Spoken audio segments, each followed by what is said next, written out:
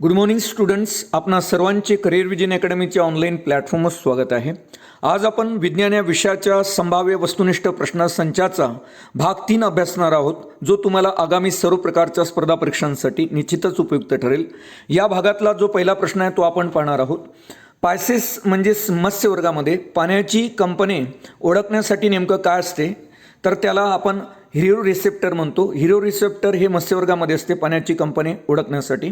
दुसरा मुद्दा आपण पाहणार आहोत, ॲम्फिबिया म्हणजे उभयचर वर्ग या संघात येणाऱ्या प्राण्यांच्या हृदयाला किती कप्पे असतात, तर ॲम्फिबियाचं जे हृदय असते ते 3 कप्प्यांचं असते. ही बाब आवर्जून लक्षात ठेवा. पुढचा मुद्दा आपण पाहणार आहोत, काही बेटकांच्या जाती आहेत, त्यामध्ये राना टायग्रीना असेल किंवा राना पियन्स असेल, तर या ॲम्फिबिया संघाच्या कोणत्या गणात येतात या बेटकाच्या जाती. या ॲनुरा या गणामध्ये येताना आपल्याला दिसतात. राना टायग्रीना आणि राना पियन्स या बेटकाच्या जाती ज्या आहेत त्या ॲम्फिबिया संघाच्या ॲनुरा या गणात येतात. पुढचा मुद्दा आपण पाहणार आहोत, सॅल्मंडर आणि नेक्टरस. सॅल्मंडर आणि नेक्टरस हे ॲम्फिबियाच्या कोणत्या गणात येतात, युरेडेला म्हणजे स्कारडाटामध्ये येतात. ही बाब आवर्जून लक्षात ठेवा. सॅल्मंडर आणि नेक्टरस हे ॲम्फिबियाच्या म्हणजेच उभयचरच्या कोणत्या गणात येतात, तर युरेडेला, ज्याला आपण कॉर्डेटा म्हणतो. पुढचा मुद्दा आपण पाहणार आहोत, तो देखील अतिशय महत्त्वाचा आहे. टायट्युरस असेल आणि प्रोटियस हे ॲम्फिबियाच्या कोणत्या गणात येतात हे प्राणी. टायट्युरस आणि प्रोटियस हे जे प्राणी आहे ॲम्फिबियन प्राणी हे युराडेलामध्येच येतात. आपण वरप्रमाणे पाहिलं का सॅल्मंडर असेल, नेक्टरस असेल, टायट्युरस असेल आणि त्यानंतर प्रोटियस असेल, तर हे ॲम्फिबियाच्या युरेडेला म्हणजे स्कारडेटा या गणामध्ये येतात. पुढचा मुद्दा आपण पाहणार आहोत, पृष्ठवंशीयामधील सर्वात लहान वर्ग कोणता, तर पृष्ठवंशीयामधील सर्वात लहान जो वर्ग आहे त्याला आपण ॲम्फिबिया म्हणजेच उभयचर म्हणतो. पुढचा मुद्दा आपण पाहणार आहोत, टायफ्लस आणि इक्थोयोफिस हे प्राणी ॲम्फिबिया संघाच्या कोणत्या गणात येतात, तर युरोटायफ्लस आणि इक्थोयोफिस हे जे प्राणी आहे हे ॲम्फिबियाच्या ॲनुरा या गणामध्ये येताना आपल्याला पाहायला मिळतात. पुढचा मुद्दा आपण पाहणार आहोत, रोड असेल, ॲलिटस असेल, हायला असेल, रायफोपोरिस असेल, तर हे प्राणी कोणत्या गणात येतात, तर हे ॲनुरा या गणात येतात. आणि ॲनुरा हा जो गण आहे तो ॲम्फिबिया संघाचा गण आहे.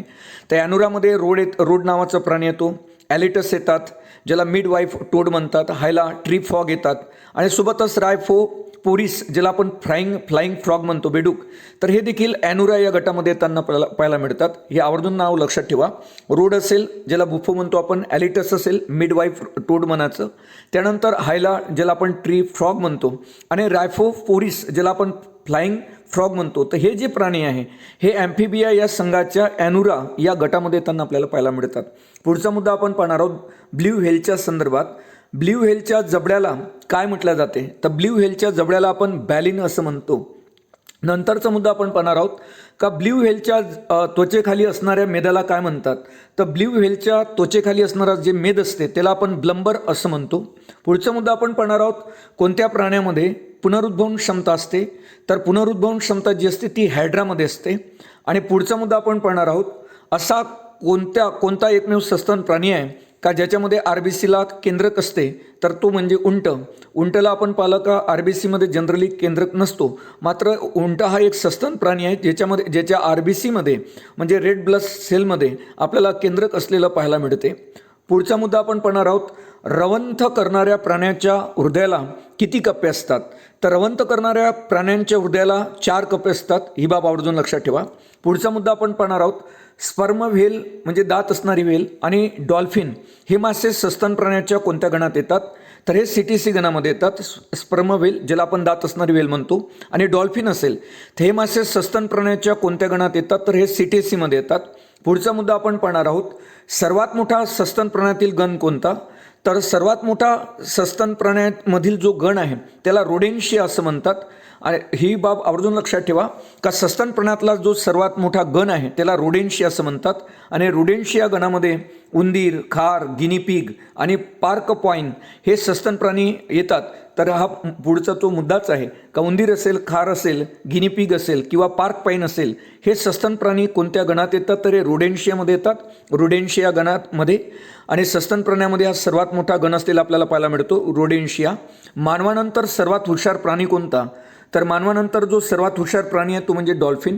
पुढचा मुद्दा आपण पाहणार आहोत, सस्तन प्राण्याच्या कोणत्या गणात रवंथ करणारे प्राणी येतात, तर सस्तन प्राण्याच्या कोणत्या गणात रवंथ करणारे प्राणी येतात, तर ते म्हणजे आर्टिओ डॉक्टिला या गणामध्ये सस्तन प्राणी येतात. विशेषतः रवंथ करणारे सस्तन प्राणी हे आर्टिओ डॉक्टिला या गणामध्ये येताना आपल्याला पाहायला मिळतात.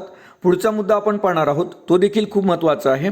घोडा असेल, बैल असेल, झेब्रा असेल, तर या सस्तन प्राण्यांचा समावेश कोणत्या गणामध्ये केला जातो? घोडा, बैल आणि झेब्रा या सस्तन प्राण्याचा समावेश कोणत्या गणामध्ये करतात? तर आपण पाहिलं पेरिसो डक्टिला या गणामध्ये घोडा, बैल आणि झेब्रा या सस्तन प्राण्याचा समावेश होतो. आवर्जून हा प्रश्न तुम्ही आवर्जून लक्षात ठेवा. घोडा असेल, बैल असेल आणि झेब्रा या सस्तन प्राण्याचा कोणत्या गणामध्ये समावेश होतो? तर पेरिसो डक्टिला या गणामध्ये या सस्तन प्राण्याचा, विशेष म्हणजे घोडा, बैल आणि झेब्रा या सस्तन प्राण्याचा समावेश होताना आपल्याला पाहायला मिळते. पुढचा मुद्दा आपण पाहणार आहोत, मे फ्लाय या प्राण्याची म्हणजे या माशीची आयुमर्यादा किती आहे? तर 1 ते 24 तास. मे फ्लाय या प्राण्याची म्हणजे माशीची आयुमर्यादा आपल्याला पाहायला मिळते 1 ते 24 तास हा त्याचा कालावधी आहे. हत्ती या प्राण्याची आयुर्मर्यादा किती आहे? तर हत्ती या प्राण्याची जी आयुर्मर्यादा ते 70 ते 90 वर्षापर्यंत. पुढचा मुद्दा आपण पाहणार आहोत, कोणते प्राणी रवंथ करतात? तर त्याच्यामध्ये शेळी असेल, घोडा असेल, बैल असेल, जिराफ असेल आणि उंट हे प्राणी रवंथ करतात. तर शेळी, घोडा, बैल, जिराफ आणि उंट हे प्राणी रवंथ करतात, ही बाब आवर्जून लक्षात ठेवा. आणि रवंथ करणारे जे प्राणी असतात सस्तन प्राणी ते आर्टिओ डक्टिला या गणामध्ये येतात, ही बाब आवर्जून लक्षात ठेवा. पुढचा मुद्दा आपण पाहणार आहोत, आवृत्ती बीज आणि अनावृत्ती बीज यांच्यातील दुवा कोणता? तर आवृत्तबीजी किंवा अनावृत्तबीजी यांच्यातला जो दुवा आहे तो म्हणजे ॲफेंड्रा ही वनस्पती ही आवृत्तीबीजी आणि अनावृत्तबीजी याच्यामधला दुवा असलेली आपल्याला पाहायला मिळते, ॲफेंड्रा ही वनस्पती. पुढचा मुद्दा आपण पाहणार आहोत, वनस्पती आणि प्राणी यांना जोडणारा दुवा कोणता? तर वनस्पती आणि प्राणी यांना जोडणारा जो दुवा आहे तो म्हणजे युग्लिना. पुढचा मुद्दा आपण पाहणार आहोत, सरीसृप आणि सस्तन प्राणी यांना जोडणारा दुवा कोणता? तर सरीसृप आणि सस्तन प्राणी यांना जोडणारा जो दुवा आहे तो म्हणजे प्लॅटिपस हा जो प्राणी आहे तर तो आपल्याला सरीसृप आणि सस्तन प्राण्यामध्ये दुवा असलेला पाहायला मिळतो. पुढचा मुद्दा घेणार आहोत, पायसेस आणि उभयचर यांना जोडणारा दुवा कोणता?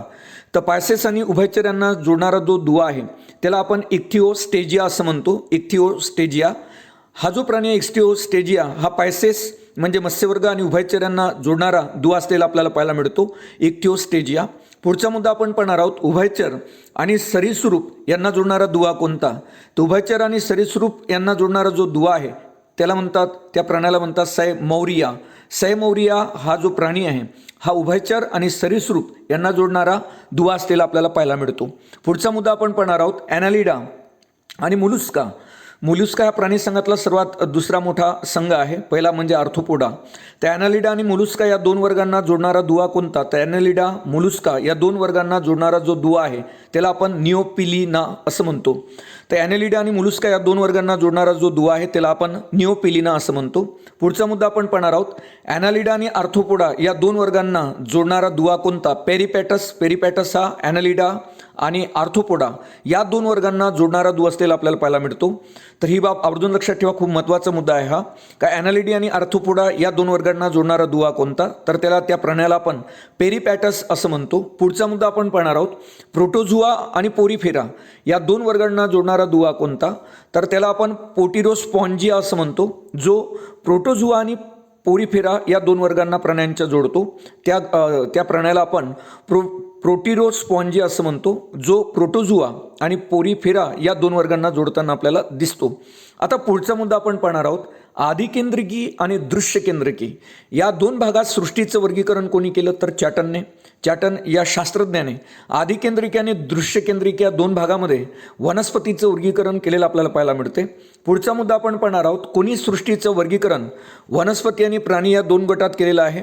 तर वनस्पती आणि प्राणी या दोन गटात जे वर्गीकरण केलं ते कार्ल लिन्नेसने, आणि आदिकेंद्रिकी आणि दृश्य केंद्रिकी या दोन भागात सृष्टीचं जे वर्गीकरण केलं ते चॅटन शास्त्रज्ञाने. आणि कोणी सृष्टीचं वर्गीकरण वनस्पती आणि प्राणी या दोन गटात केलं तर म्हणजे कार्ल लिन्नेस. पुढचा मुद्दा आपण पाहणार आहोत, तुम्हाला माहीत असेल का कोणी सृष्टीचं वर्गीकरण प्रोटिस्टा, वनस्पती आणि प्राणीय भागात केले? वास्तविक पाहता प्रोटिस्टा हा जो एक गण आहे त्याला सृष्टीमध्ये ॲड करण्याचं जे श्रेय दिल्या जाते ते अर्नेस्ट हेकेलला, कारण अर्नेस्ट हेकेलनेच सर्वप्रथम प्रोटिस्टाला वनस्पती सृष्टीमध्ये किंवा प्राणीसृष्टीमध्ये ॲड केलेलं आपल्याला पाहायला मिळते. तर कोणी सृष्टीचं वर्गीकरण प्रोटिस्टा, वनस्पती आणि प्राणी या भागात केले तर अर्नेस्ट हेकेल 1860 त्यांनी हे वर्गीकरण केलेलं आहे सृष्टीचं. त्याच्यामध्ये प्रोटिस्टा, वनस्पती आणि प्राण्यांचा समावेश होतो. पुढचा मुद्दा आपण पाहणार आहोत, कोणी सृष्टीचं वर्गीकरण मोनेरा, प्रोटिस्टा, प्राणी आणि वनस्पती या भागात केलेलं आहे?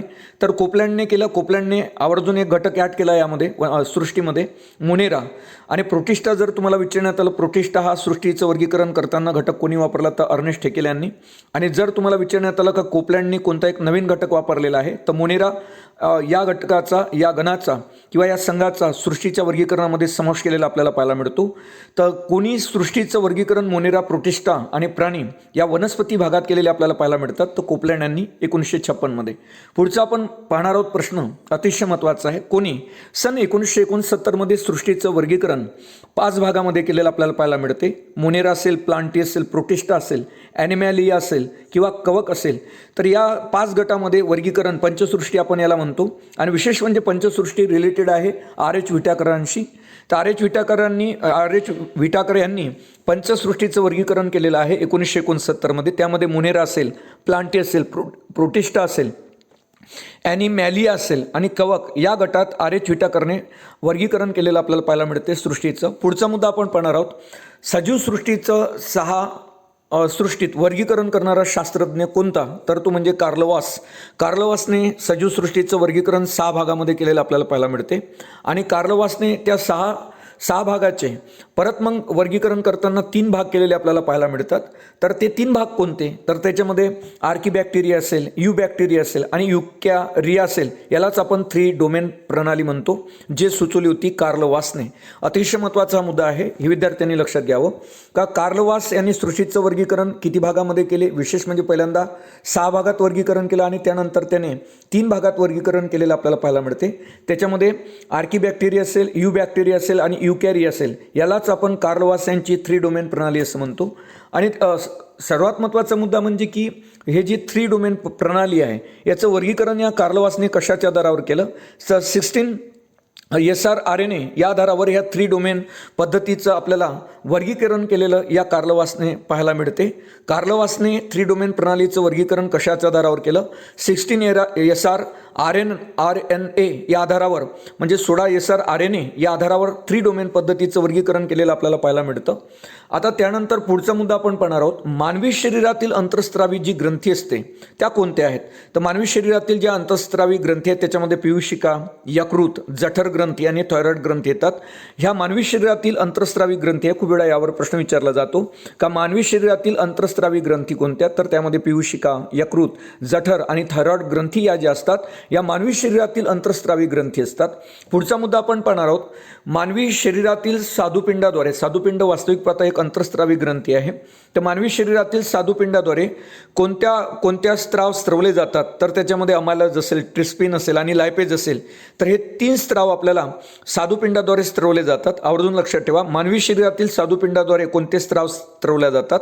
तर अमायलेज, ट्रिप्सिन आणि लायपेज. आणि स्वादुपिंड हे जे ग्रंथी आहे हे अंतःस्रावी आणि बाह्यस्रावी दोन्ही पद्धतीनं काम करते स्वादुपिंड. आणि स्वादुपिंडाद्वारे स्त्रवल्या जाणारे जे हार्मोन्स आहेत त्याच्यामध्ये लायपेज असेल, अमायलेज असेल, लायपेज असेल आणि ट्रिप्सिन हे स्त्राव स्त्रवले जातात स्वादुपिंडाद्वारे. पुढचा मुद्दा आपण पाहणार आहोत, मानवी जठराद्वारे कोणते स्त्राव स्त्रवले जातात? तर मानवी जठराद्वारे पेप्सिन आणि रेनिन हे 2 प्रकारचे स्त्राव स्त्रवले जातात. पुढचा मुद्दा घेणार आहोत आपण, व्हाईट बटन मशरूमचं वैज्ञानिक नाव काय आहे? तर व्हाईट बटन मशरूमचं जे वैज्ञानिक नाव आहे त्याला आपण ॲगॅरिकस बायस्पोरस असं म्हणतो. ही आवर्जून लक्षात ठेवा का व्हाईट बटन मशरूमचं नाव काय? तर व्हाईट बटन मशरूमचे वैज्ञानिक संबोधन काय किंवा वैज्ञानिक नाव काय आहे? ॲगॅरिकस बायस्पोरस हे आहे. अगोदरी यावर खूप साऱ्या वेळा प्रश्न विचारण्यात आला, ही बाब आवर्जून लक्षात ठेवा. व्हाईट बटन मशरूमचे वैज्ञानिक संबोधन काय किंवा वैज्ञानिक नाव काय? तर ॲगॅरिकस बायस्पोरस हे आहे. पुढचा मुद्दा आपण पाहणार आहोत, शरीरातील रक्तामध्ये पाण्याचा अंश सामान्यतः आढळणाऱ्या पातळीपेक्षा कमी झाल्यास कोणता संप्रेरक स्त्रवला जातो? खूप महत्त्वाचा प्रश्न आहे हा. का शरीरातील रक्तामध्ये जर पाण्याचा अंश सामान्यतः आढळणाऱ्या पातळीपेक्षा जर कमी झाला असेल तर कोणता संप्रेरक स्त्रवला जातो? त्याला म्हणतात व्हॅसोप्रेसिन या नावाचा संप्रेरक स्त्रवला जातो. ही बाब आवर्जून लक्षात ठेवा. जर शरीरामधलं पाणी, रक्तातील पाणी जर कमी झालं असेल तर त्यावेळेस जो संप्रेरक स्त्रवला जातो त्याला आपण व्हॅसोप्रेसिन असं म्हणतो. पुढचा मुद्दा आपण पाहणार आहोत. कोणता वनस्पती समूह हा वनस्पती सृष्टीतील उभयचर म्हणून ओळखला जातो? तर ब्रायोफायटाला आपण वनस्पती सृष्टीतील उभयचर म्हणतो. ही बाब आवर्जून लक्षात ठेवा. वनस्पतीतील कोणता समूह वनस्पती सृष्टीतील उभयचर म्हणून ओळखला जातो? तर तो म्हणजे ब्रायोफायटा. पुढचा मुद्दा आपण पाहणार आहोत. झुरळाचे पेरीप्लॅनेटा हे जेनेरिक नाव कोणी ठेवले? यावरी अगोदर आयोगाने प्रश्न विचारलेला आहे का झुरळाचे पेरीप्लॅनेटा हे जेनेरिक जे नाव आहे ते कोणी ठेवले? तर बुर मेरिस्टर यांनी हे पेरीप्लॅनेटा हे नाव झुरळाचे ठेवलेलं आपल्याला पाहायला मिळते. बुर मेरिस्टर यांनी ठेवलेलं हे नाव पेरीप्लॅनेटा हे नाव झुरळाचं बुर मेरिस्टर यांनी ठेवलेलं आपल्याला पाहायला मिळते. पुढचा मुद्दा आपण पाहणार आहोत. कोणत्या धातूचे निष्कर्षण त्याच्या क्षाराच्या पाण्यातील द्रावणापासून करता येत नाही? तर पोटॅशियम अतिशय अतिक्रियाशील धातू आहे. सोडियम आणि पोटॅशियम ही बाब विद्यार्थ्यांनी आवर्जून लक्षात घ्यावी. तर कोणत्या धातूचे निष्कर्षण त्याच्या क्षाराच्या पाण्यातील द्रावणापासून करता येत नाही? तर पोटॅशियम. पुढचा मुद्दा आपण पाहणार आहोत. पेरिपॅटस मध्ये पायाच्या किती जोड्या असतात? तर पेरिपॅटसमध्ये पायाच्या जोड्या 14 ते 43 असतात. आवर्जून मुद्दा लक्षात ठेवा. पायाच्या जोड्या विचारल्या जातात नेहमी. तर पेरिपॅटसमध्ये पायाच्या किती जोड्या असतात? तर 14 ते 43 इतके असतात. पुढचा मुद्दा आपण पाहणार आहोत. कीटनाशके कीटकांना विषबाधा करताना त्यांच्या कोणत्या संस्थांना प्रभावित करतात? तर मज्जसंस्था. आपण कीटकनाशक वापरतो विशेषतः वनस्पतीवर मारण्यासाठी. तर कीटनाशके कीटकांना विषबाधा करताना त्यांच्या कोणत्या संस्थांना म्हणजे त्यांच्या अंगातील त्यांच्या शरीरातील कोणत्या संस्थांना प्रभावित करतात? तर विशेष म्हणजे मज्जासंस्थेला. आता पुढचा मुद्दा आपण पाहणार आहोत. द्रव्यमान 1 डाल्टन आपण पाहिलं. च्या ऊर्जेची समतुल्य किती मेगावॅट आहे?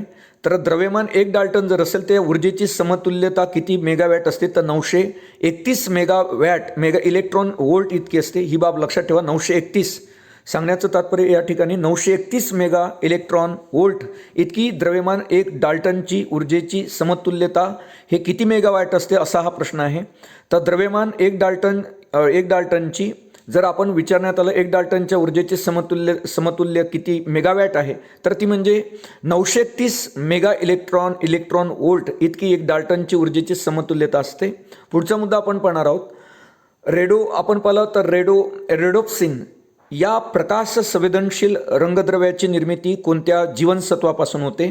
तर रेडोप्सिन या प्रकाश संवेदनशील रंगाची जी निर्मिती होते तर ती जीवनसत्व अ पासून होते. त्यासाठी गाजर कॅरेट्स जे आहे ते खावे लागतात. आणि विशेष म्हणजे अजीवनसत्व आपल्याला आंब्यामध्ये पण पाहायला मिळते. तर अजीवनसत्व हे प्रकाश संवेदनशील रंगद्रव्याची निर्मिती करते आणि त्या प्रकाश संवेदनशील रंगद्रव्याला आपण रेडोप्सिन म्हणतो. आणि रेडोप्सिनच्या निर्मितीसाठी जीवनसत्व अ महत्त्वाचं आहे. म्हणून अजीवनसत्व हे डोळ्यांसाठी चांगलं असते. पुढचा मुद्दा आपण पाहणार आहोत. किरणोत्सर्गाचा शोध कोणी लावला? तर हेनरी बेक्वेरेल यांनी लावला. पुढचा मुद्दा आपण पाहणार आहोत. क्रिओलाइट हे कशाचं एक महत्त्वाचं धातूक आहे? तर क्रिओलाइट हे जे धातूक आहे ते ॲल्युमिनियमचं आहे. तर ही बाब आवर्जून लक्षात ठेवा का क्रिओलाइट हे कशाचं एक महत्त्वाचं धातूक आहे ते म्हणजे ॲल्युमिनियम. पुढचा मुद्दा आपण पाहणार आहोत. अणूच्या केंद्रकात प्रोटॉन व न्यूट्रॉनला बांधून ठेवणारे बल कोणते? तर त्या बलाला आपण केंद्रिकीय बल म्हणतो. अणूच्या केंद्रकात प्रोटॉन आणि न्यूट्रॉनला बांधून ठेवणारे बल कोणते? तर ते म्हणजे केंद्रिकीय बल. पुढचा मुद्दा आपण पाहणार आहोत. जीवाणूचा जनक कोणाला म्हटलं जाते? तर जीवाणूचा जनक म्हणतात लेवेनहुकला. ही बाब आवर्जून लक्षात ठेवा. पुढचा मुद्दा आहे. कोणत्या जीवनसत्वाच्या कमतरतेमुळे नवजात बालकात हिमोलिसिस रोग आढळून येतो? तर ई जीवनसत्वाच्या अभावामुळं नवजात बालकामध्ये हिमोलिसिस हा रोग आढळून येतो. ही बाब आवर्जून लक्षात ठेवा. कोणत्या जीवनसत्वाच्या कमतरतेमुळे नवजात बालकामध्ये हिमोलिसिस रोग आढळून येतो? तर ई जीवनसत्वाच्या कमतरतेमुळे. पुढचा मुद्दा आपण पाहणार आहोत. कारचे इंजन थंड ठेवण्यासाठी पाणी पुरेसे नसते. त्यामुळं इंजनमध्ये कोणत्या द्रव्याचा वापर प्रशीतक म्हणून करतात? तर इथिलीन ग्लायकॉल किंवा सोडियम नायट्रेटचा वापर हा प्रशीतक म्हणून केला जातो कारचं इंजन थंड ठेवण्यासाठी. कारण कारचं इंजन थंड ठेवण्यासाठी पाणी पुरेसं नसते. त्यामुळं कारची इंजनमध्ये कोणत्या द्रव्याचा वापर प्रशीतक म्हणून करतात? तर इथिलीन ग्लायकॉल व सोडियम नायट्रेटचा वापर कारचं इंजन थंड ठेवण्यासाठी करतात. पुढचा मुद्दा आपण पाहणार आहोत. कमी तापमान मिळवण्यासाठी कशाचा वापर केला जातो? ते हेलियमचा वापर कमी तापमान मिळवण्यासाठी केला जातो. पुढचा मुद्दा आपण पाहणार आहोत.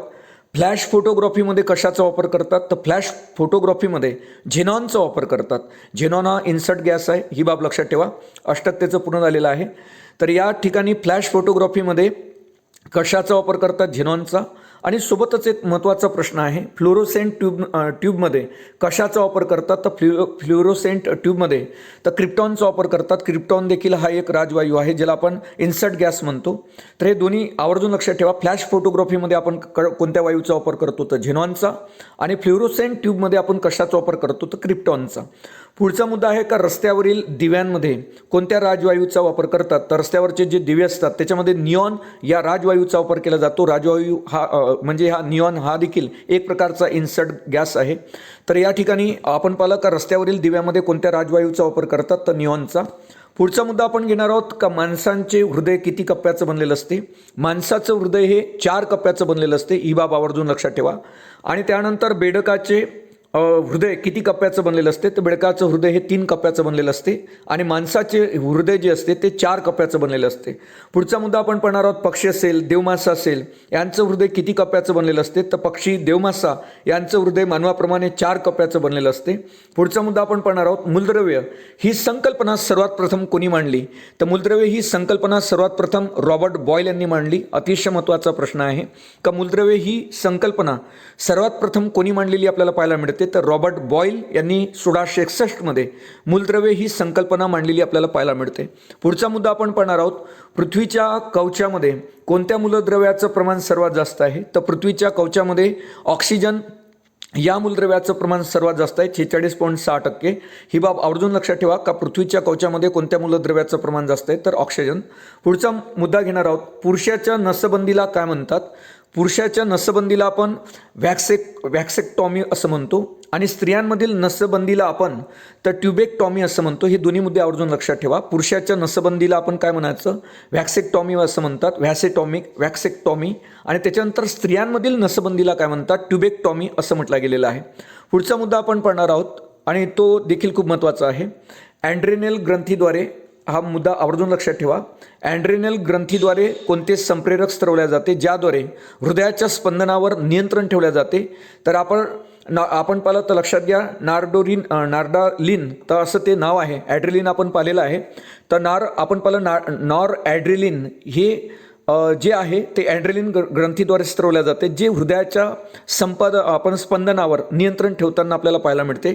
तर हे नॉर ॲड्रेलिन असं त्याचं नाव आहे. ही बाब आवर्जून लक्षात ठेवा. नॉर ॲड्रेलिन हे ॲड्रेलिन ग्रंथीद्वारे स्त्रवल्या जाणारं एक संप्रेरक आहे किंवा हार्मोन्स आहे, जे हृदयाच्या स्पंदनावर नियंत्रण ठेवताना आपल्याला पाहायला मिळते.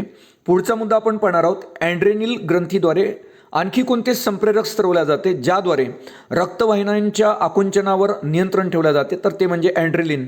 अँड्रेनिल हे ॲड्रेनल ग्रंथीद्वारे स्त्रवल्या जाते, जे संप्रेरक रक्तवाहिन्यांच्या आकुंचनावर नियंत्रण ठेवते.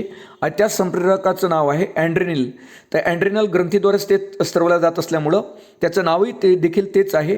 अँड्रेनाईल हेच त्याचं नाव आहे. आणि अँड्रेनाईल हे जे संप्रेरक आहे ते रक्तवाहिन्यांच्या संकुचनावर नियंत्रण ठेवते. आणि वरील जे आपण पाहिलं का अँड्रेनिलद्वारे कोणते संप्रेरक स्त्रवल्या जाते जे हृदयाच्या स्पंदनावर नियंत्रण ठेवते, त्याला म्हणायचं नॉर अँड्रेनाईल. पुढचा मुद्दा आपण पाहणार आहोत. वायूचं आकारमान स्थिर ठेवल्यास वायूचा दाब हा नेहमी त्याच्या तापमानाशी समानुपाती असतो, हा नियम कोणी मांडला? तर हा नियम ल्युसॅकचा नियम आहे. ही बाब विद्यार्थ्यांनी आवर्जून लक्षात ठेवावी का वायूचं आकारमान स्थिर ठेवल्यास वायूचा दाब हा नेहमी त्याच्या तापमानाशी समानुपाती असतो, हा नियम कोणी मांडला? तर हा नियम लुसाकचा नियम म्हणून ओळखला जातो. आणि लुसाक या शास्त्रज्ञांनी हा नियम मांडलेला आपल्याला पाहायला मिळतो. पुढचा मुद्दा आपण पाहणार आहोत. अतिश्रमामुळं स्नायुदुखीमध्ये कोणते रसायन जबाबदार असते? आपण जर जास्त काम केलं तर त्यामध्ये लॅक्टिक आम्ल तयार होते, ज्यामुळं पायाला पेटके धरतात. तर अतिश्रमामुळं स्नायुदुखीमध्ये कोणते रसायन जबाबदार असते? तर ते म्हणजे लॅक्टिक आम्ल. पुढचा मुद्दा आपण पाहणार आहोत. सुक्रोजचे एरोबिक ऑक्सिडेशन होऊन अधिकतम किती ATP तयार होतात, तर ते म्हणजे 60. अतिशय महत्त्वाचा मुद्दा आहे का सुक्रोजचे एरोबिक ऑक्सिडेशन होऊन किती ATP तयार होतात, तर ते म्हणजे 60. पुढचा मुद्दा आहे का ऑक्सी श्वसनाच्या शेवटी काय तयार होते, तर ऑक्सी श्वसनाच्या शेवटी तर आपण पाहिलं CO2 म्हणजे कार्बन डायऑक्साईड तयार होते आणि पाणी तयार होते, ज्याला आपण H2O असं म्हणतो. तर ऑक्सी श्वसनाच्या शेवटी काय तयार होते, तर CO2 कार्बन डायऑक्साईड आणि H2 तयार होते. पुढचा मुद्दा आपण पाहणार आहोत, मानवी शरीरात एका मिनिटात किती रक्त हृदयाकडून शरीराकडे जाते, तर मानवी शरीरात एका मिनिटात किती रक्त हे हृदयाकडून शरीराकडे जाते, तर ते म्हणजे 5 लिटर. पुढचा मुद्दा आपण पाहणार आहोत, रक्तदाब मोजण्यासाठी वापरल्या जाणाऱ्या उपकरणाला काय म्हणतात, तर रक्तदाब मोजण्यासाठी वापरल्या जाणाऱ्या उपकरणाला आपण स्पिग्नो मॅनोमीटर असं म्हणतो. पुढचा मुद्दा आपण पाहणार आहोत, फादर ऑफ इलेक्ट्रोकार्डिओग्राफ म्हणून कोणाला ओळखले जाते, तर इथोविन यांना ओळखलं जाते. फादर ऑफ इलेक्ट्रोकार्डिओग्राफ यासाठी इथोविनला 1924मध्ये इलेक्ट्रोकार्डिओग्राफसाठी नोबेल मिळाला आपल्याला पाहायला मिळते. म्हणून आवर्जून लक्षात ठेवा, फादर ऑफ इलेक्ट्रोकार्डिओग्राफ म्हणून कोणाला ओळखलं जाते, तर इथोविन यांना ओळखलं जाते. आणि 1924मध्ये त्यांना नोबेल पारितोषिक मिळालेलं आहे. आणि येणाऱ्या 2024मध्ये या गोष्टीला जवळपास 100 वर्ष पूर्ण होणार आहे. त्यामुळे विद्यार्थ्यांनी हा मुद्दा आवर्जून लक्षात ठेवावा. पुढचा मुद्दा आपण पाहणार आहोत, दातामधील इनॅमल तयार करण्यासाठी कशाची आवश्यकता असते, तर दातामधील इनॅमल तयार करण्यासाठी फ्लोरिनची आवश्यकता असते. ही बाब आवर्जून लक्षात ठेवा का दातामधील इनॅमल तयार करण्यासाठी कशाची आवश्यकता असते, फ्लोरिनची. पुढचा मुद्दा आपण पाहणार आहोत, झाडाच्या हिरव्या पानांमध्ये जे क्लोरोफिल असते त्यामध्ये कोणते महत्त्वाचे मूलद्रव्य असते, तर मॅग्नेशियम. मॅग्नेशियम हे झाडाच्या हिरव्या पानामध्ये असते, जे क्लोरोफिलमध्ये असते, जे महत्त्वाचं मूलद्रव्य आहे झाडांच्यासाठी मॅग्नेशियम. तर झाडाच्या हिरव्या पानामध्ये जे क्लोरोफिल असते त्यामध्ये कोणते महत्त्वाचं मूलद्रव्य असते, ते म्हणजे मॅग्नेशियम. पुढचा मुद्दा आपण पाहणार आहोत, नायट्रोजनचा शोध कोणी लावला, तर नायट्रोजनचा शोध डॅनियल रुदरफोर्डनं लावलेला आपल्याला पाहायला मिळतो. पुढचा मुद्दा आपण पाहणार आहोत, स्वादुपिंडामध्ये अल्फा पेशींचं प्रमाण किती असते, तर स्वादुपिंड हे अंतरस्रावी आणि बाह्यस्रावी ग्रंथी आहे. तर स्वादुपिंडामध्ये अल्फा पेशींचं प्रमाण हे 20% असते. स्वादुपिंडामध्ये बीटा पेशींचं प्रमाण किती टक्के असते, तर स्वादुपिंडामध्ये बीटा पेशींचं जे प्रमाण असते ते 70% असते. आणि स्वादुपिंडामध्ये डेल्टा पेशींचं प्रमाण किती असते, तर 5%. यावर तुम्हाला असा प्रश्न विचारला जाऊ शकतो का स्वादुपिंडामध्ये सर्वात जास्त कोणत्या पेशींचं प्रमाण असते, तर बीटा पेशींचं. आणि दुसरा प्रश्न असा विचारला जाऊ शकतो का स्वादुपिंडामध्ये कोणत्या पेशींचं प्रमाण कमी असते, तर डेल्टा पेशींचं 5%. आणि जर क्रम विचारला तुम्हाला का सर्वात जास्त कडून कमीकडे क्रम लावा स्वादुपिंडामध्ये असणाऱ्या पेशींचा, तर सर्वात जास्त पेशी जे असतात स्वादुपिंडामध्ये त्या बीटा पेशी असतात. दुसऱ्या क्रमांकावर अल्फा पेशी असतात आणि तिसऱ्या क्रमांकावर डेल्टा पेशी असतात. अल्फा पेशींचं प्रमाण 20% आहे. आणि स्वादुपिंडामध्ये एक एफ सेल असते, ज्याला आपण पॉनक्रिएटिक पॉलीपेप्टाइड असं म्हणतो, तर त्याचं प्रमाण 5% असलेलं आपल्याला पाहायला मिळते. पी एफ सेलचं प्रमाण स्वादुपिंडामध्ये किती असतं, तर त्याला आपण पी-एफ सेलचं जर प्रमाण विचारलं तुम्हाला स्वादुपिंडामध्ये, तर ते 5% असताना आपल्याला पाहायला मिळते. अणूच्या संदर्भात अष्टकाचा सिद्धांत कोणी मांडला, तर अणूच्या संदर्भात अष्टकाचा सिद्धांत न्यूलँडस यांनी मांडला. पुढचा मुद्दा आपण पाहणार आहोत, स्वादुपिंडातील कोणत्या पेशीतून ग्लुकॉनचे स्त्रवण होते, असा हा प्रश्न आहे. तर स्वादुपिंडातील कोणत्या पेशीतून ग्लुकॉनचे स्त्रवण होते, तर अल्फा पेशीतून ग्लुकॉनचे स्त्रवण होताना आपल्याला पाहायला मिळते. पुढचा मुद्दा घेणार आहोत आपण, स्वादुपिंडातील कोणत्या पेशीतून इन्शुलिनचे स्त्रवण होते, तर स्वादुपिंडातील बीटा पेशीमधून इन्शुलिनचं स्त्रवण होते. इन्शुलिन खूप महत्त्वाचं आहे आणि इन्शुलिनचं प्रमाण कमी झाल्यास आपल्याला डायबिटीज होण्याची दाट शक्यता असते. पुढचा मुद्दा आपण पाहणार आहोत, स्वादुपिंडातील कोणत्या पेशीतून इन्सुलिनचं स्त्रवण होते, तर बीटा पेशी. पुढचा महत्त्वाचा प्रश्न आपण पाहणार आहोत, स्वादुपिंडातील कोणत्या पेशीतून सोमॅटोस्टॅटिन स्त्रवण होते या संप्रेरकाचं, तर ते म्हणजे डेल्टा पेशी. आणि उंची वाढण्यासाठी सोमॅटोस्टॅटिन हे हार्मोन खूप महत्त्वाचं आहे, हे विद्यार्थ्यांनी लक्षात ठेवावं. स्वादुपिंडातील कोणत्या पेशीतून सोमॅटोस्टॅटिनचं स्त्रवण होते, तर डेल्टा पेशी. आणि पुढचा मुद्दा आपण पाहणार आहोत, स्वादुपिंडातील कोणत्या पेशीतून पॉनक्रिएटिक आपण पाहिलं पॉलीपेप्टाइडचे स्त्रवण होते, म्हणजे एफ सेलचे, तर आपण पाहिलं हे जे आहे पॉन्क्रिएटिक पॉलीपेप्टाईड यामधून आपल्याला एफ सेलचं स्त्रवण होताना आपल्याला पाहायला मिळते.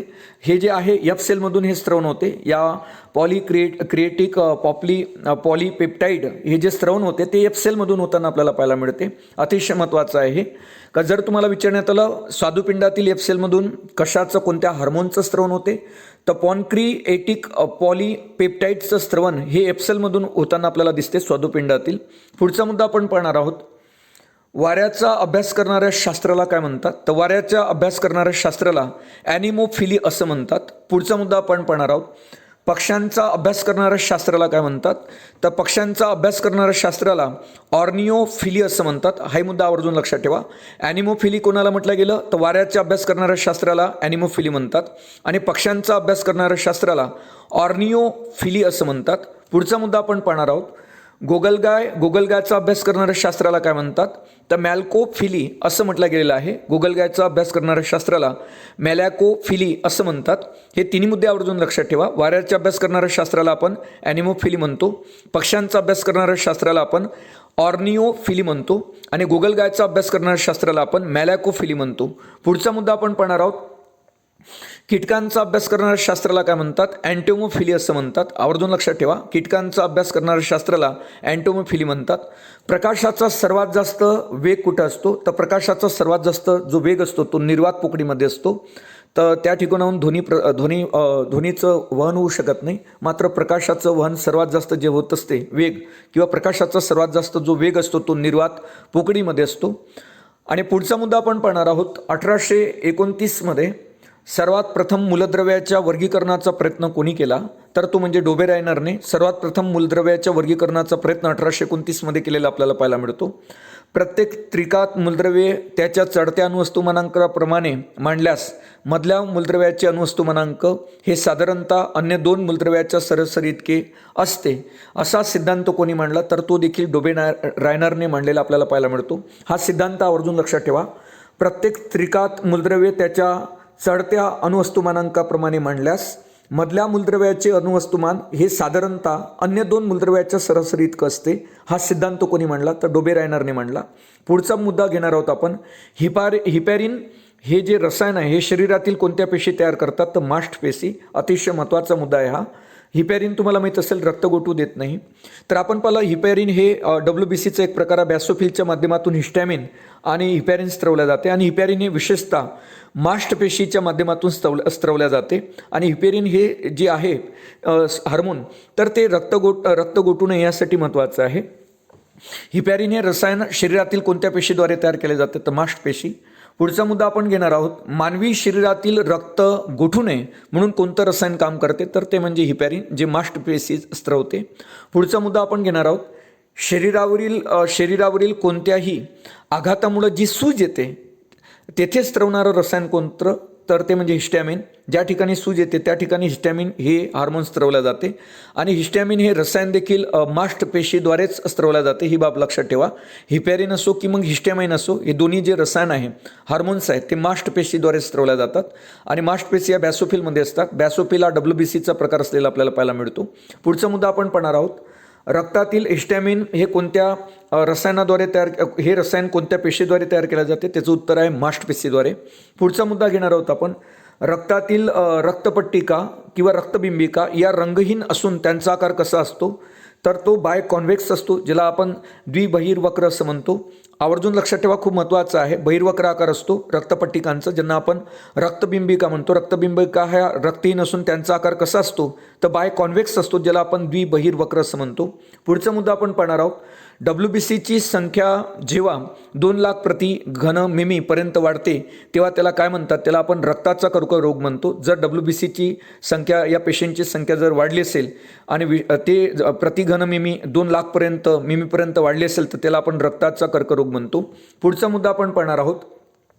शरीरात WBC शरीरात कुठे तयार होते ज्याला आपण व्हाईट ब्लड सेल म्हणतो. या शरीरामध्ये कुठं तयार होतात अस्थिमज्जामध्ये ज्याला आपण बोन मॅरो म्हणतो आणि प्लिहा म्हणजे स्प्लीन या 2 ठिकाणी आपल्याला WBC तयार होताना दिसतात. आवर्जून लक्षात ठेवा. अतिशय महत्त्वाचा प्रश्न आहे का WBC शरीरामध्ये कोणत्या ठिकाणी तयार होतात तर अस्थिमज्जा आणि प्लिहा या 2 ठिकाणी WBC तयार होताना आपल्याला पाहायला मिळतात. पुढचा मुद्दा आपण पाहणार आहोत. शरीरातील रक्तपट्टिकांचा शरीरातील रक्तपट्टिकांचा आयुष्यकाल किती असतो? तर तो म्हणजे 5 ते 10 दिवसांचा. अतिशय महत्त्वाचा मुद्दा आहे हा, का आपल्या शरीरामध्ये ज्या रक्तबिंबिका असतात, ज्याला आपण रक्तपट्टिका म्हणतो किंवा प्लेटलेट्स म्हणतो, त्यांचा आयुष्यकाल किती असतो? तर 5 ते 10 दिवसांचा त्यांचा आयुष्यकाल असतो. पुढचा मुद्दा, रक्तपट्टिका शरीरात कुठे तयार होतात? तर रक्तपट्टिका या शरीरामध्ये अस्थिमज्जामध्ये तयार होतात. ही बाब आवर्जून लक्षात ठेवा, का रक्तबिंबिका किंवा रक्तपट्टिका ज्याला आपण प्लेटलेट्स म्हणतो, त्या शरीरात कुठे तयार होतात? तर अस्थिमज्जा. आणि रक्तपट्टिकांचा जो कालावधी असतो तो 5 ते 10 दिवसांचा असतो. पुढचा मुद्दा आपण पाहणार आहोत, का रक्तपट्टिका ज्या कोणत्या रक्तपेशी फक्त सस्तन प्राण्यातच आढळतात? तर कोणत्या रक्तपेशी या फक्त सस्तन प्राण्यात आढळतात? तर त्या म्हणजे रक्तबिंबिका, ज्याला आपण प्लेटलेट्स म्हणतो, या रक्तपेशी फक्त सस्तन प्राण्यामध्ये आढळतात. पुढचा मुद्दा आपण पाहणार आहोत, साधारणतः रक्तामध्ये किती लाख प्रति घनमिमी एवढ्या रक्तपट्टिका असतात? तर 2.5 ते 4.5 लाख प्रति घनमिमी एवढ्या रक्तपट्टिका रक्तामध्ये असतात. आवर्जून लक्षात ठेवा, खूप महत्त्वाचा हा मुद्दा आहे, का साधारणतः रक्तामध्ये किती लाख प्रति घनमिमी एवढ्या रक्तपट्टिका असतात? तर त्या 2.5 लाख ते 4.5 लाख प्रति घनमिमी एवढ्या रक्तपट्टिका म्हणजे प्लेटलेट्स आपल्या रक्तामध्ये असतात. पुढचा मुद्दा आपण पाहणार आहोत, कोणत्या रक्तपेशी रक्त घोटण्यास मदत करतात? तर त्या म्हणजे प्लेटलेट्स, त्यांना आपण रक्तबिंबिका किंवा रक्तपट्टिका म्हणतो. या रक्तपेशी या रक्तपेशी रक्त घोटण्यास मदत करतात. पुढचा मुद्दा आपण पाहणार आहोत, प्रथिनांच्या निर्मितीमध्ये कुठल्या RNAचे महत्त्व सर्वात जास्त आहे? तर प्रथिनांच्या निर्मितीमध्ये कोणत्या RNAचे महत्त्व जास्त आहे? तर mRNAचे महत्त्व प्रथिनांच्या निर्मितीमध्ये, मॅसेंजर आपण त्याला म्हणू, मॅसेंजर RNA. तर mRNAचं सर्वात जास्त महत्त्व आहे प्रथिनांच्या निर्मितीमध्ये. पुढचा मुद्दा आपण पाहणार आहोत, DNA मध्ये थायमिन हा घटक नेहमी कोणत्या अमिनो ॲसिडशी जोडला जातो? तर ॲडेनिनशी जोडला जातो. ही बाब आवर्जून लक्षात ठेवा, अशाच प्रकारचे प्रश्न आयोग विचारते, का DNA मध्ये थायमिन हा घटक नेहमी कोणत्या अमिनो ॲसिडशी जोडला जातो? तर ॲडेनिन सोबत. पुढचा मुद्दा आपण पाहणार आहोत, फॅरेडेचा विद्युत अपघटन नियम कशाशी संबंधित आहे? तर फॅरेडेचा जो विद्युत अपघटन नियम आहे तो सममूल्य भाराशी संबंधित आहे. किंवा तुम्हाला असे विचारू शकते, का सममूल्य भाराचा सिद्धांत कोणी मांडला? तर फॅरेडेने. आणि सममूल्य भाराचा सिद्धांत, ज्याला आपण विद्युत अपघटन नियम म्हणतो, हा कोणी मांडला? तर फॅरेडेने. म्हणून फॅरेडेचा जो विद्युत अपघटन नियम आहे तो सममूल्य भाराशी संबंधित असलेला आपल्याला पाहायला मिळतो. पुढचा मुद्दा आपण पाहणार आहोत, ग्लुकोजचे रूपांतर एथिल अल्कोहोलमध्ये करण्यासाठी कोणते संप्रेरक वापरतात? तर ग्लुकोजचे रूपांतर एथिल अल्कोहोलमध्ये करण्यासाठी कोणते संप्रेरक वापरले जाते? तर झायमेज हे वापरले जाते. तर हे इथिल अल्कोहोल आपण जे मादक पदार्थ असतात ते म्हणजे इथिल अल्कोहोल. तर ग्लुकोजचं रूपांतर इथिल अल्कोहोलमध्ये करण्यासाठी कोणतं संप्रेरक वापरतात? तर झायमेज. पुढचा मुद्दा आपण पाहणार आहोत, वॉटसन आणि क्रिक यांनी DNAच्या द्विसर्पिलाकार डबल एक्सेल ची संरचना शोधून काढली 1953 मध्ये. केव्हा शोधून काढली? तर 1953 मध्ये वॉटसन आणि क्रिक यांनी DNAची द्विसर्पिलाकार डबल एक्सेल जे आहे संरचना शोधून काढली 1953 मध्ये. पुढचा मुद्दा आपण पाहणार आहोत, फेरस सल्फेटला काय म्हणतात? तर फेरस सल्फेटला आपण मराठीमध्ये हिराकस म्हणतो आणि सायंटिफिक जे नाव आहे ते ग्रीन व्हिट्रिऑल असं फेरस सल्फेटला म्हटलं जाते. तर फेरस सल्फेटला काय म्हणतात? हिराकस, आणि दुसरं नाव म्हणजे ग्रीन व्हिट्रिऑल. पुढचा मुद्दा आपण पाहणार आहोत, प्रकाशाच्या अपस्करणात कोणत्या किरणांची तरंगलांबी जास्त असते? तर प्रकाशाच्या अपस्करणात कोणत्या किरणांची तरंगलांबी जास्त असते? तर तांबड्या किरणांची तरंगलांबी सर्वात जास्त असते. पुढचा मुद्दा आपण पाहणार आहोत, उभयलिंगी प्राणी कोणते? तर उभयलिंगी प्राणी कोणते? तर लिव्हर, फ्ल्यूक, त्याच्यानंतर हायड्रा आणि गांडूळ हे जे आहे ते हे उभयलिंगी प्राणी असलेले आपल्याला पाहायला मिळतात. आवर्जून लक्षात ठेवा, उभयलिंगी प्राणी कोणते आहेत? तर उभयलिंगी प्राण्यांमध्ये लिव्हर, फ्ल्यूक येते, हायड्रा आणि गांडूळ हे येतात. पुढचा मुद्दा आपण पाहणार आहोत, झुरळाच्या हृदयाला किती कप्पे असतात? तर झुरळाच्या हृदयाला 13 कप्पे असतात. पुढचा मुद्दा आपण पाहणार आहोत, राष्ट्रीय साल्मोनेलाज टायपिंग केंद्र कुठे आहे? तर आपण पाहिलं राष्ट्रीय साल्मोनेला फाज टायपिंग केंद्र हे कोणत्या ठिकाणी आहे? तर ते नवी दिल्ली या ठिकाणी आहे, लेडी हार्डिंग मेडिकल कॉलेजमध्ये. या ठिकाणी राष्ट्रीय साल्मोनेला फाज टायपिंग केंद्र असलेलं आपल्याला पाहायला मिळते. पुढचा मुद्दा आपण पाहणार आहोत, कोणत्या रोगामुळं झाडाच्या पाण्यातील हरितद्रव्य नष्ट होऊन झाडाची पाने आकुंचन पावतात? तर त्या रोगाचं नाव आहे मोझॅइक डिसीज ऑफ टोबॅको. या रोगामुळं म्हणजे मोझॅइक डिसीज ऑफ टोबॅको या रोगामुळं झाडाच्या पाण्यातील हरितद्रव्य नष्ट होतात आणि झाडाची पाने आकुंचन पावतात, या मोझॅइक डिसीज ऑफ टोबॅकोमुळं. पुढचा प्रश्न आपण पाहणार आहोत, मलेरियाच्या तापात थंडी वाजून ताप येणे आणि 3-4 दिवसांनी पुन्हा पुन्हा ताप येणे यासाठी कारणीभूत असणारा मानवी शरीरातील विषारी पदार्थ कोणता? ते हिमोझॉइन हा तो पदार्थ आहे, मानवी शरीरातील विषारी पदार्थ आहे हिमोझॉइन. तर हे मलेरियाच्या तापात ज्यावेळेस थंडी वाजून ताप येणे, 3-4 दिवसांनी पुन्हा पुन्हा ताप येणे यासाठी कारणीभूत असणारा मानवी शरीरातील विषारी पदार्थ कोणता? तर त्याचं नाव आहे हिमोझॉइन, हे त्याचं नाव आहे. पुढचा मुद्दा आपण पाहणार आहोत का पृथ्वीवरील विविध ताऱ्यांची अंतरे निश्चित करण्यासाठी कोणती पद्धत वापरतात? तर पृथ्वीवरील विविध ताऱ्यांची अंतरे निश्चित करण्यासाठी खगोलीय पराशर पद्धत वापरली जाते. त्याला पॅरालॅक्स मेथड असं म्हणतात. यालाच आपण पराशर पद्धत म्हणतो.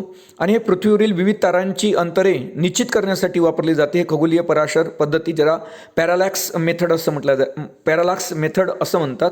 का पृथ्वीवरील विविध ताऱ्यांची अंतरे निश्चित करण्यासाठी कोणती पद्धत वापरली जाते? तर ती म्हणजे खगोलीय पराशर पद्धत म्हणजे पॅरालॅक्स मेथड. ही पृथ्वीवरील विविध ताऱ्यांची अंतरे निश्चित करण्यासाठी वापरणारी पद्धत आहे. पुढचा मुद्दा आपण पाहणार आहोत. हेनरी मोसले यांच्या मते आधुनिक आवर्त सारणीची रचना कशावर आधारित आहे? तर ती अनुक्रमांकावर आधारित आहे. तर हे लक्षात ठेवा, आधुनिक आवर्त सारणी कशावर आधारित आहे? अनुक्रमांकावर, असं हेनरी मोसलेंचं मत आहे. पुढचा मुद्दा पाहणार आहोत आपण. तर अणुत्रिज्या व्यक्त करण्यासाठी कोणते एकक वापरतात? अणुत्रिज्या व्यक्त करण्यासाठी पिकोमीटर वापरले जाते. अतिशय महत्त्वाचा हा मुद्दा आहे का अणुत्रिज्या व्यक्त करण्यासाठी कोणते एकक वापरतात? तर ते म्हणजे पिकोमीटर. पुढचा मुद्दा आपण पाहणार आहोत. कोणत्या अणुवर न्यूट्रॉनचा मारा केला असता कार्बन 14 हे समस्थानिक तयार होते? तर ते म्हणजे नायट्रोजन. आवर्जून लक्षात ठेवा, कोणत्या अणुवर न्यूट्रॉनचा मारा केला असता कार्बन 14 हे समस्थानिक तयार होते? तर नायट्रोजनवर आपण पाहिलं, न्यूट्रॉनचा जर मारा केला तर कार्बन 14 हे समस्थानिक तयार होते. पुढचा मुद्दा आपण पाहणार आहोत. हरित द्रव्यामध्ये कोणता मूलद्रव्य असतो? तर हरित द्रव्यामध्ये, वनस्पतीमधील जे हरित द्रव्य असते त्या हरित द्रव्यामध्ये मॅग्नेशियम असतो. पुढचा मुद्दा घेणार आहोत आपण. हिपॅटोसाइट पेशी शरीरातील कोणत्या अवयवात आढळतात? तर हिपॅटोसाइट या पेशी ज्या आहेत त्या शरीरातील यकृतात आढळतात. ही बाब आवर्जून लक्षात ठेवा. पुढचा मुद्दा आपण पाहणार आहोत. कोणते सूक्ष्मजीव हे द्विदलीय वनस्पतीमध्ये असहजीवी नत्र स्थिरीकरणास उपयुक्त ठरतात? तर फ्रँकिया हा जो सूक्ष्मजीव आहे हा असहजीवी सूक्ष्मजीव असून तो असहजीवी नत्र स्थिरीकरणास उपयुक्त आहे. अतिशय महत्त्वाचा हा मुद्दा आहे का कोणते सूक्ष्मजीव हे द्विदलीय वनस्पतीमध्ये असजीवी नत्र स्थिरीकरणास उपयुक्त असतात? तर त्याचं नाव आहे फ्रँकिया. पुढचा मुद्दा आपण घेणार आहोत. जीवाणू आणि बुरशी यांना जोडणारा दुवा कोणता? तर जीवाणू आणि बुरशी यांना जोडणारा जो दुवा आहे त्याला ॲक्टिनोमायसेटस असं म्हणतात. हा मुद्दा आवर्जून लक्षात ठेवा का जीवाणू आणि बुरशी यांना जोडणारा दुवा कोणता? तर जीवाणू आणि बुरशी यांना जोडणारा जो दुवा आहे त्याला ॲक्टिनोमायसेटस असं म्हणतात. पुढचा मुद्दा आपण पाहणार आहोत. आर्किओप्टेरिक्स हा कोणाला जोडणारा दुवा आहे? तर सरीसृप आणि पक्षी यांना जोडणारा दुवा आहे आर्किओप्टेरिक्स. हा खूप मोठा पक्षी होता आणि डायनासोरच्या काळातला हा पक्षी आहे आर्किओप्टेरिक्स. आणि खूप मोठा पक्षी होता हा. आणि हा सरीसृप आणि दोघांचे गुणधर्म त्याच्यामध्ये होते, सरीसृप आणि पक्षाचे. म्हणून आर्किओप्टेरिक्स हा जो आहे तर सरीसृप आणि पक्षाला जोडणारा एक दुवा आहे. पुढचा आपण पाहणार आहोत मुद्दा का नॉन कॉर्डेट आणि कॉर्डेट यांना जोडणारा दुवा कोणता? व्हॅलॅनोग्लॉसेस हा नॉन कॉर्डेट आणि कॉर्डेट यांना जोडणारा दुवा आहे. हाही मुद्दा आवर्जून लक्षात ठेवा का व्हॅलॅनोग्लॉसेस हा कोणाला जोडतो? तर नॉन कॉर्डेट आणि कॉर्डेट यांना जोडणारा जो दुवा आहे त्याला म्हणायचं व्हॅलॅनोग्लॉसेस. पुढचा मुद्दा आपण पाहणार आहोत. रॉबिट फिश हा कशास जोडणारा दुवा आहे? तर कास्ती असणारे आणि अस्थी नसणारे जे मासे असतात यांना जोडणारा आपल्याला हा फिश पाहायला मिळतो. त्याला रॉबिट फिश म्हणतात कारण कास्ती असणारी मत्स्य असतात आणि अस्थी नसणारे जे मत्स्य असतात तर त्यांना जोडणारा जो दुवा आहे त्याला रॉबिट फिश असं म्हणतात. कास्ती असणारे आणि अस्थी नसणारे या प्राण्यांना, या मत्स्यांना जोडणारा जो फिश आहे त्याला रॉबिट फिश असं म्हणतात. पुढचा मुद्दा आपण पाहणार आहोत. प्राणी आणि वनस्पती यांना जोडणारा दुवा कोणता? तर प्राणी आणि वनस्पती यांना जोडणारा जो दुवा आहे त्याला आपण युग्लिना म्हणतो. पुढचा मुद्दा आपण पाहणार आहोत. पेशी श्वसन. पेशी जे श्वसनाची क्रिया आहे ती कोणत्या प्रकारची क्रिया आहे? तर पेशी श्वसन ही जैवरासायनिक प्रकारची प्रक्रिया असलेली आपल्याला पाहायला मिळते, पेशी श्वसन. पुढचा मुद्दा आपण पाहणार आहोत. बायोलॉजिकल फिल्टर म्हणून कोणाला ओळखतात? तर बायोलॉजिकल फिल्टर म्हणून प्लियाला ओळखतात. ही बाब आवर्जून लक्षात ठेवा. बायोलॉजिकल फिल्टर म्हणून कोणाला ओळखलं जातं? स्प्लिनला, ज्याला आपण प्लिया म्हणतो. पुढचा मुद्दा आपण पाहणार आहोत. दुधाचे दही करणाऱ्या लाभदायक सूक्ष्मजीवांना काय म्हणतात, तर त्याला आपण प्रोबायोटिक असं म्हणतो. दुधाचे दही करणाऱ्या लाभदायक सूक्ष्मजीवांना प्रोबायोटिक असं म्हटलं गेलेलं आहे. पुढचा मुद्दा आपण पाहणार आहोत. डोबेनायरने सर्वप्रथम कशाचा उत्प्रेरक म्हणून वापर केला, तर डोबेनायरने सर्वात प्रथम प्लॅटिनियमचा उत्प्रेरक म्हणून वापर केलेला आपल्याला पाहायला मिळतो. पुढचा मुद्दा आपण पाहणार आहोत. आवर्त सारणीचा पाया कोणी घातला, तर आवर्त सारणीचा जो पाया घातला तो मेंडेलिव्हने. पुढचा मुद्दा आपण पाहणार आहोत. मेंडेलिव्हच्या काळात किती मूलद्रव्य अस्तित्वात होते, तर मेंडेलिव्हच्या काळामध्ये 63 मूलद्रव्य अस्तित्वात होते. पुढचा मुद्दा आपण पाहणार आहोत. कोणत्या धातूचा द्रवणांक हा सर्वात जास्त असतो, तर टंगस्टन या धातूचा द्रवणांक सर्वात जास्त असतो. पुढचा मुद्दा आपण पाहणार आहोत. कोणत्या धातूचा द्रवणांक हा सर्वात कमी असतो, तर सोडियम आणि पोटॅशियम या धातूंचा द्रवणांक हा सर्वात कमी असतो. पुढचा मुद्दा आपण पाहणार आहोत. क्षार नियंत्रण करण्याचे महत्त्वाचे कार्य अँड्रेनिल ग्रंथीकडून केले जाते. त्या शरीरात कोणत्या ठिकाणी असतात, तर अँड्रेनिल या ज्या ग्रंथी असतात त्या मूत्रपिंडावर वसलेल्या असतात. ही बाब विद्यार्थ्यांनी लक्षात ठेवावी. का क्षार नियंत्रित करण्याचं महत्त्वाचं कार्य अँड्रेनिल ग्रंथी करतात आणि अँड्रेनिल ग्रंथी शरीरामध्ये कुठे असतात, तर त्या मूत्रपिंडावर असतात. पुढचा मुद्दा आपण पाहणार आहोत. मानवी डोळ्याचा कोणता भाग आत येणाऱ्या किरणांना नियंत्रित करतो, तर मानवी डोळ्याचा कोणता भाग आत येणाऱ्या किरणांना नियंत्रित करतो, तर इरिस हा जो भाग आहे तो मानवी डोळ्यात येणाऱ्या किरणांना नियंत्रित करतो. पुढचा मुद्दा आपण पाहणार आहोत. चष्म्याची भिंग कोणत्या भिंगापासून बनवतात, तर फ्लिंट काचपासून चष्म्याचं भिंग बनवल्या जाते. पुढचा मुद्दा आपण पाहणार आहोत. 1785 मध्ये द्रव्य अक्षतेचा नियम कोणी मांडला, तर अँटनी लॅव्हॅझायर यांनी द्रव्य अक्षतेचा नियम 1785 मध्ये मांडला. अतिशय महत्त्वाचा मुद्दा आहे हा. का द्रव्य अक्षतेचा नियम कोणी मांडला, तर द्रव्य अक्षतेचा जो नियम मांडला तो अँटनी लॅव्हॅझायर यांनी 1785 मध्ये द्रव्य अक्षतेचा नियम मांडलेला आपल्याला पाहायला मिळतो, अँटनी लॅव्हॅझायर यांनी. पुढचा मुद्दा पाहणार आहोत आपण. 1774 मध्ये स्थिर प्रमाणाचा नियम कोणी मांडला, तर जेल स्प्रूट यांनी स्थिर प्रमाणाचा सिद्धांत मांडलेला किंवा नियम मांडलेला आपल्याला पाहायला मिळतो. जेल स्प्रूट हे दोन्ही आवर्जून लक्षात ठेवा. द्रव्यक्षतेचा नियम कोणी मांडला, तर अँटनी लॅव्हॅझायर यांनी. आणि स्थिर प्रमाणाचा नियम कोणी मांडला, तर जेल स्प्रूट यांनी स्थिर प्रमाणाचा नियम मांडलेला आपल्याला पाहायला मिळतो. पुढचा मुद्दा आपण पाहणार आहोत. कोणत्या शैवालापासून आयोडीन मिळवतात, तर लॅमेनेरिया या शैवालापासून आयोडीन मिळवतात. कोणत्या शैवालापासून आयोडीन मिळवतात, तर लॅमेनेरिया या शैवालापासून आयोडीन मिळवल्या जाते. पुढचा मुद्दा आपण पाहणार आहोत. निपरमॅग या कायमस्वरूपी चुंबकामध्ये कोणते धातू असतात, तर निपरमॅग या कायमस्वरूपी चुंबकामध्ये लोह, निकेल, ॲल्युमिनियम आणि टिटॅनियम हे धातू असताना आपल्याला पाहायला मिळतात. कारण तुम्हाला मिश्रण ॲलॉय विचारलं जाते. निपरमॅग या कायमस्वरूपी चुंबकामध्ये कोणते धातू असतात, तर लोह असेल, निकेल असेल, ॲल्युमिनियम असेल आणि टिटॅनियम यांचं संमिश्रण म्हणजे निपरमॅग होय. निपरमॅगमध्ये कोणकोणते धातू असतात, तर लोह, निकेल, ॲल्युमिनियम आणि टिटॅनियम. पुढचा आपण प्रश्न पाहणार आहोत. नायट्रस असणारे पाणी पिल्यास कोणता रोग होतो, तर नायट्रस असलेले पाणी पिल्यास ब्ल्यू बेबी सिंड्रोम होतो. आवर्जून लक्षात ठेवा. नायट्रस असणारे पाणी पिल्यास कोणता रोग होतो, तर ब्ल्यू बेबी सिंड्रोम हा रोग होतो. पुढचा मुद्दा आपण पाहणार आहोत. जर फुफ्फुसातील वायुकोशांचा पृष्ठभाग जमिनीवर पसरला तर तो साधारणतः किती चौरस मीटर एवढा भाग व्यापेल, तर 80 चौरस किलोमीटर भाग व्यापेल, मीटर भाग व्यापेल. ही बाब आवर्जून लक्षात ठेवा. 80 या ठिकाणी चौरस किलोमीटरपेक्षा चौरस मीटर भाग व्यापेल असं पाहिजे होतं. तर जर फुफ्फुसातील वायुकोशाचा पृष्ठभाग जमिनीवर पसरला तर तो साधारणतः किती चौरस मीटर भाग व्यापेल, तर 80 चौरस मीटर भाग व्यापेल. पुढचा मुद्दा आपण पाहणार आहोत. जपानमधील मिनामाटा या रोगासाठी कारणीभूत असणारा प्रदूषक कोणता, तर मिथाईल मर्क्युरी हा जो आहे, तर जपानमधील मिनामाटा या रोगासाठी कारणीभूत असणारा जो प्रदूषक आहे तो म्हणजे मिथाईल मर्क्युरी. पुढचा आपण मुद्दा पाहणार आहोत. अमलगममध्ये कशाची नितांत आवश्यकता असते, तर अमलगममध्ये पाऱ्याची नितांत आवश्यकता असते. पुढचा मुद्दा आपण पाहणार आहोत. एंडोसल्फान हे कशाचं उदाहरण आहे, तर एंडोसल्फान हे कीटकनाशकाचं उदाहरण आहे. पुढचा मुद्दा आपण पाहणार आहोत. 1954 मध्ये कार्बन डेटिंगची पद्धत कोणी शोधून काढली, तर 1954 मध्ये कार्बन डेटिंगची पद्धत विलार्ड लिबी यांनी शोधून काढली, विलार्ड लिबी यांनी. पुढचा मुद्दा आपण पाहणार आहोत. कार्बन 14चा अर्ध आयुष्यकाळ किती असतो, तर कार्बन 14चा जो अर्ध आयुष्यकाळ असतो तो 5568 वर्ष इतका असतो, 5568 वर्ष इतका. पुढचा मुद्दा आपण पाहणार आहोत. जपानमध्ये आलेल्या इटाई रोगाच्या निर्मितीला कोणता घटक कारणीभूत ठरला होता? तर कॅडमियम हा जपानमध्ये आलेल्या इटाई रोगाच्या निर्मितीला कारणीभूत ठरणारा मूलद्रव्य आहे कॅडमियम. पुढचा मुद्दा आपण पाहणार आहोत. कॅल्शियमच्या कमतरतेमुळं लहान मुलांमध्ये कोणता रोग आढळतो? तर कॅल्शियमच्या कमतरतेमुळं लहान मुलांमध्ये जो रोग होतो त्याला आपण मुळदूस म्हणतो. आणि कॅल्शियमच्या कमतरतेमुळं मोठ्या माणसामध्ये जो रोग निर्माण होतो त्याला अस्थिमृदुता, त्याला ऑस्टिओपोरोसिस असं म्हटलं गेलेलं आहे. हे दोन्ही मुद्दे आवर्जून लक्षात ठेवा. का कॅल्शियमच्या कमतरतेमुळे लहान मुलांमध्ये जो रोग होतो त्याला काय म्हणतात? त्याला मुळदूस म्हणतात. आणि कॅल्शियमच्या कमतरतेमुळं मोठ्या माणसांमध्ये जो रोग होतो त्याला अस्थिमृदुता, त्याला ऑस्टिओपोरोसिस असं म्हटलं गेलेलं आहे. पुढचा मुद्दा आपण पाहणार आहोत. डीएनए व आरएनएचा महत्त्वाचा घटक असणारे खनिज कोणते? तर डीएनए आणि आरएनएचा महत्त्वाचा घटक असणारे जे खनिज आहे ते म्हणजे फॉस्फरस.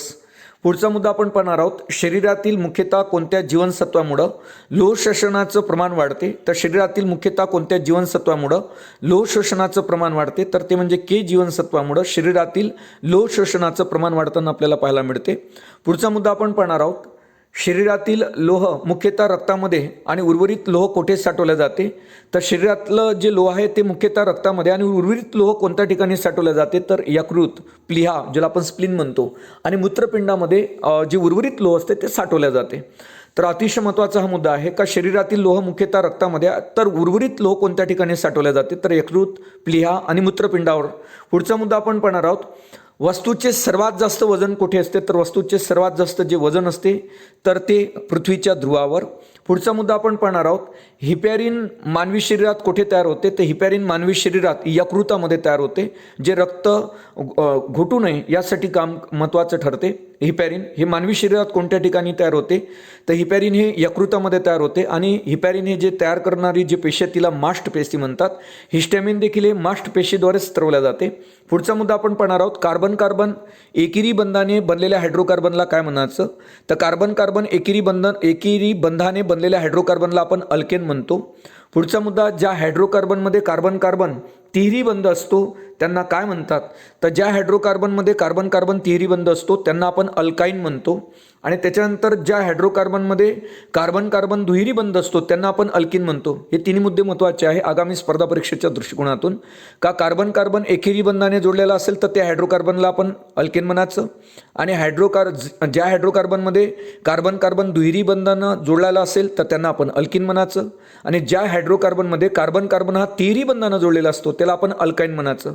पुढचा मुद्दा आपण पाहणार आहोत. कोणत्या जीवनसत्वाचं जास्त सेवन केल्यास यकृतावर ते साचते? तर ते म्हणजे अजीवनसत्व. अजीवनसत्वाचे जास्त सेवन केल्यास ते यकृतावर साचते.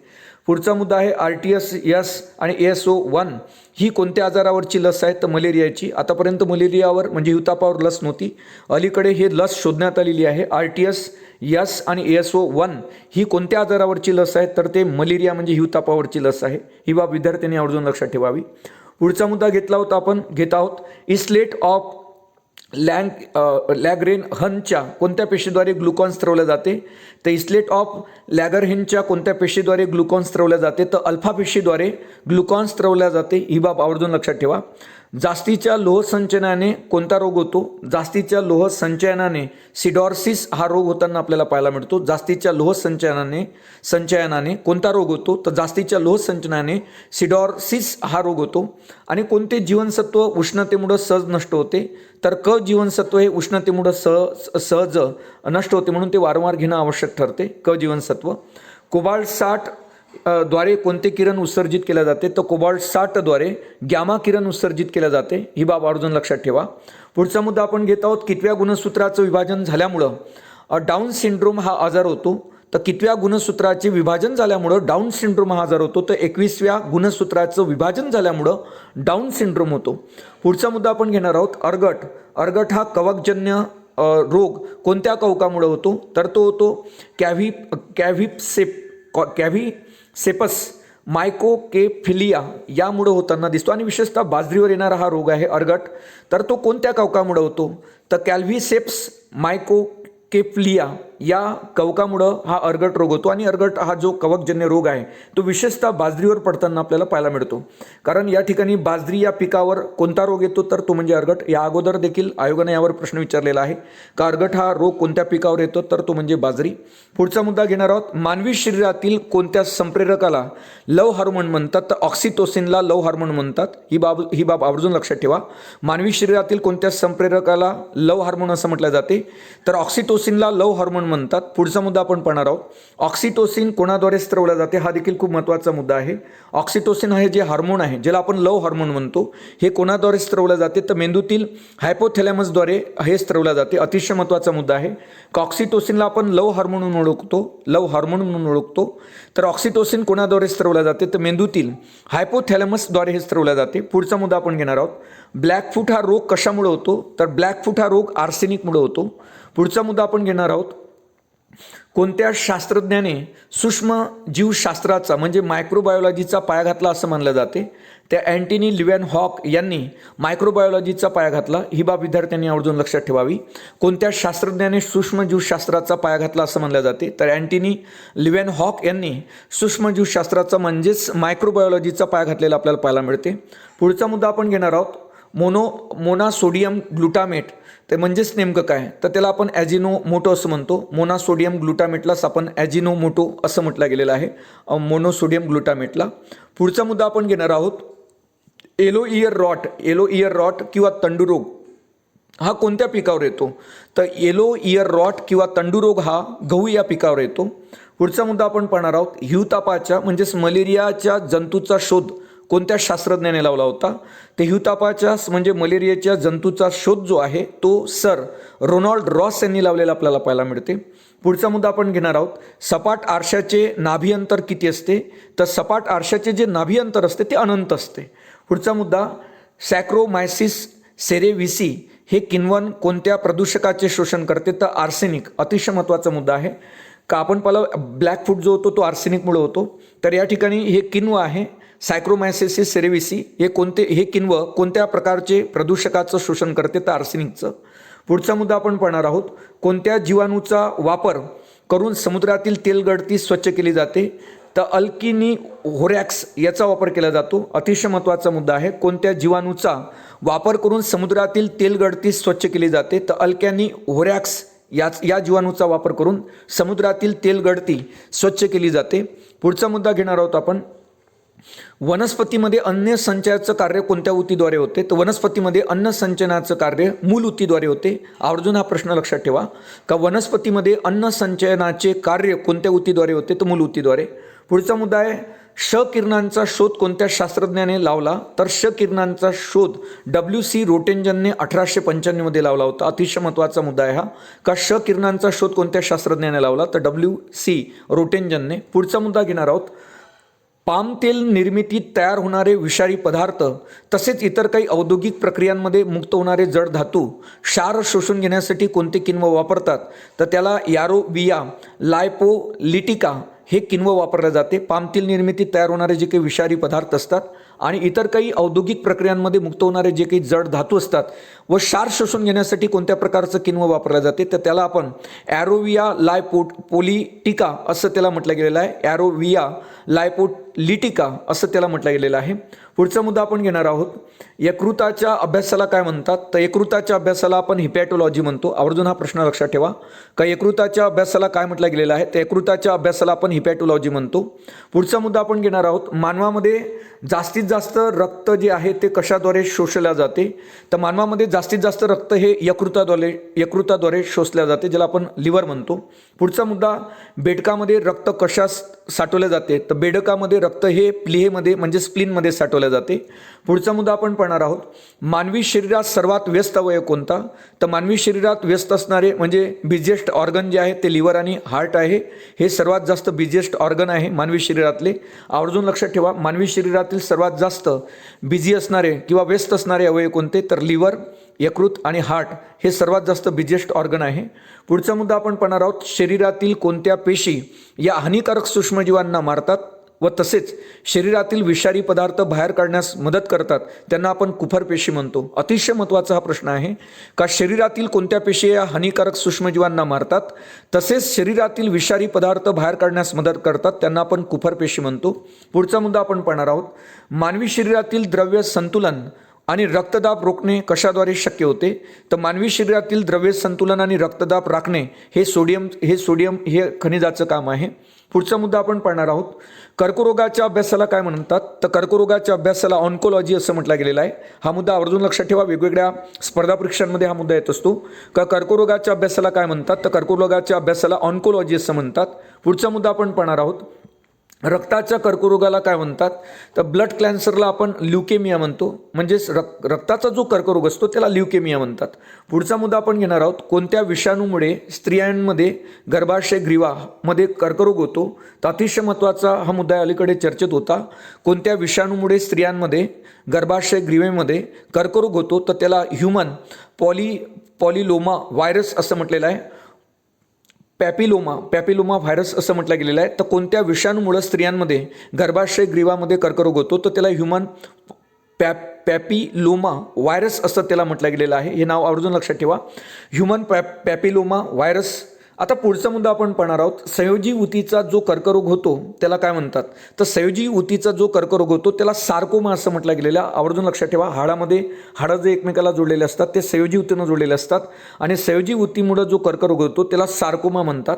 पुढचा मुद्दा आपण घेणार आहोत. HIV कर्करोग त्वचेचा कर्करोग होतो त्याला काय म्हणतात. HIV जो त्वचेचा कर्करोग होतो त्याला आपण कॅपोसिस सार्कोमा असं म्हणतो. आवर्जून हा प्रश्न आवर्जून तुम्ही लक्षात ठेवा का HIV कर्करोग जो होतो विशेषतः त्वचेचा कर्करोग जो होतो त्याला कॅपोसिस सार्कोमा असं म्हणतात. पुढचा मुद्दा आपण पाहणार आहोत.